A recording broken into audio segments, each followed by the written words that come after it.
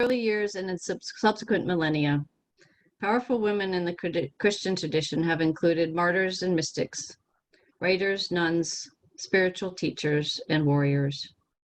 They persevered against the currents of the times to place their mark on Christianity. Teresa of Avila, Julian of Norwich, the Desert Mothers, Catherine of Siena, Joan of Arc, and many more.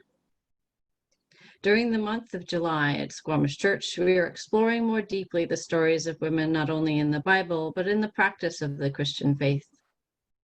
During this Sunday, we are looking at the words of two modern-day female theologians, one of them Christian, who speak out through their faith to challenge how we think about and imagine both God and the Christian story.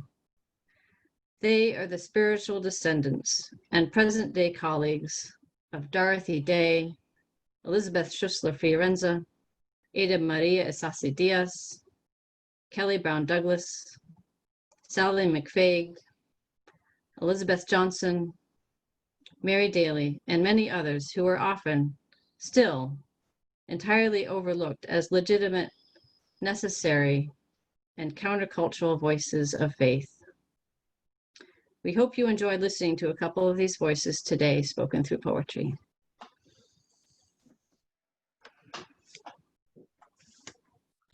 So the first poem today is called God is a Mother, and it is written by Caitlin Hardy Shuttler. God is a mother, and with that sentence, the world stops. The world always stops when women and divine commingle, as if the feminine dilutes the miraculous, when in reality, it embodies it. When Jesus turns water to wine, they clap. But when women turn breast to milk, they cringe. A broken man's body is celebrated each Sunday, while a broken woman's body is just hidden away. And it's no wonder that mother is a word used by men to demonize those who don't claim the name and weaponized to shame those who step out of line because their ideal woman plays the role of nurturer and silencer in pews built and led by them. But when God becomes mother, she is neither quiet or compliant. She leads confidently. She questions authority. She commands respect, which might be the problem. Her mother God did not gather us up carelessly, but took her time with it. She fed us milk, birthed our souls, and broke her body, and the permanence can be uncomfortable.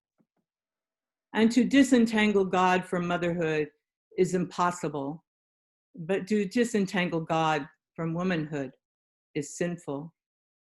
Because seeing God as mother is one step closer to seeing God in me, and that it's in that I am truly born again. Caitlin Hardy Shuttler is an advocate for women and justice and an occasional preacher.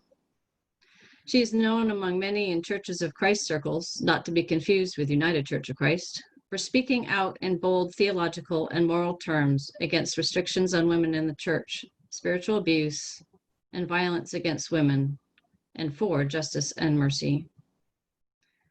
After graduating from Harding, she received a Master's of Social Work from the University of Tennessee in Knoxville.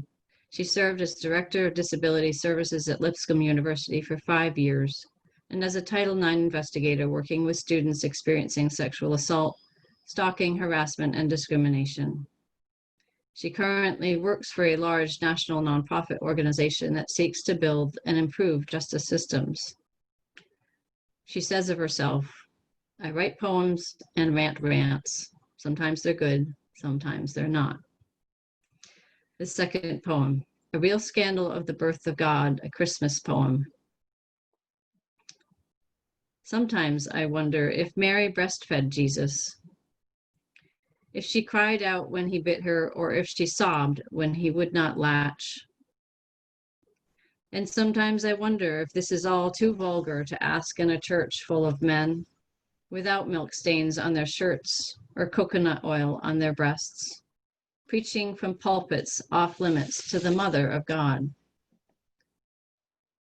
But then I think of feeding Jesus, birthing Jesus, the expulsion of blood and smell of sweat, the salt of a mother's tears off onto the soft head of the salt of the earth, feeling lonely and tired, hungry, annoyed, overwhelmed, loving.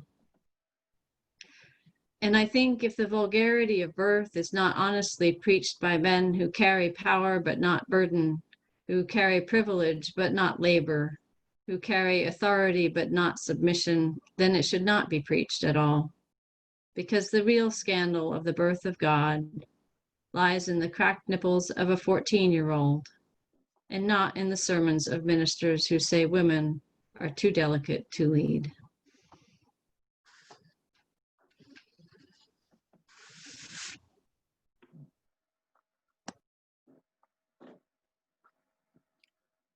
Our next poet, her name is Arlene Bailey. Arlene Bailey is a visionary artist and author whose work reflects the ancient, the sacred, and the inherent wild of both women and nature. With a hunger for the deep end of experience, she's a modern mystic on a quest of woman, know thyself. Drawing her experience as a teaching artist, ordained priestess, teacher of women's mysteries, and plant medicine, along with wisdom gained as a cultural anthropologist, Arlene creates portals for women who are seeking the raw and the authentic and their own interpretation of goddess, sacred female, sacred feminine. Through magical weavings of the canvas and through the pen, she invites women to step into personal sovereignty as they listen to their ancient memories and the voice of their soul. Through ritual and soul knowings, she invites women to reclaim ancient ways, her story, and all they told us we could not be, and all they told us we should not be. The name of the poem is Sacred Wild. Once upon a time, all life coexisted in harmony and beauty. The sacred art of the cosmos and nature dwelling side by side, shades of blue and green, earth and water, intermingling into the azure and the emerald, holding life so precious. All was beautiful, all was sacred. Once upon a time, woman was sacred, her body treasured and her voice heard. She was mother, sister, lover, warrioress, queen, sovereign unto herself. She was power and grace, creatrix and destroyer. She was nature personified, holding life in her hands.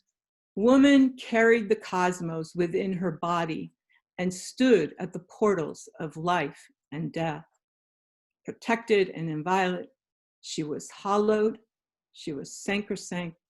She, once upon a time, she was the past, she was the present, she was the future. Once upon a time, all of life coexisted in harmony and beauty. The sacred art of the cosmos and nature dwelling side by side. Once upon a time.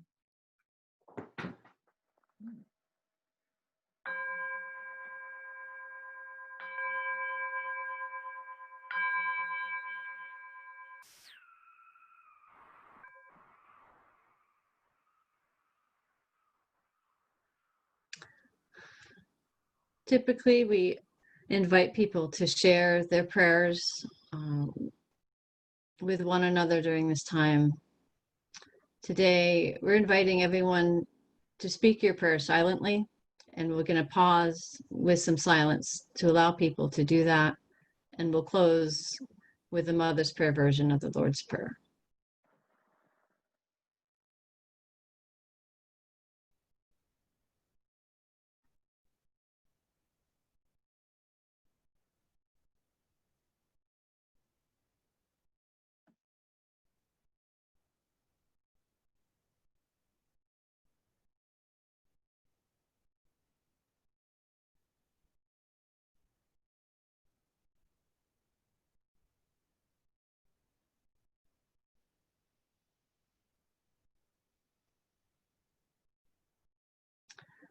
Gracious God, we ask that you listen to the prayers that are on our hearts when they are spoken and when they are silent.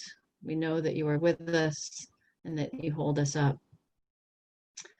And I invite you to join me in saying this version of the Lord's Prayer by Rebecca Solnit. Our Mother, who art underfoot, hallowed be thy names. Thy seasons come, thy will be done, within us as around us. Thank you for our daily bread, our water, our air, and our lives, and so much beauty.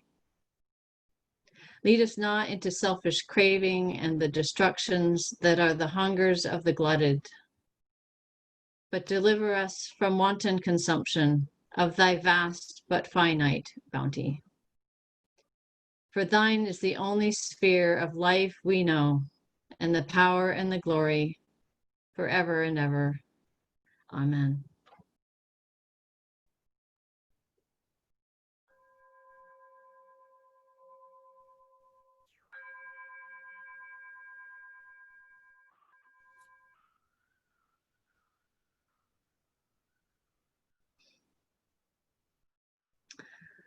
Loving friends, may God's warmth comfort you. May God's grace guide you. May God's holy power of creation and resurrection light your path. May you mother the new creation waiting to be born. Amen. Amen.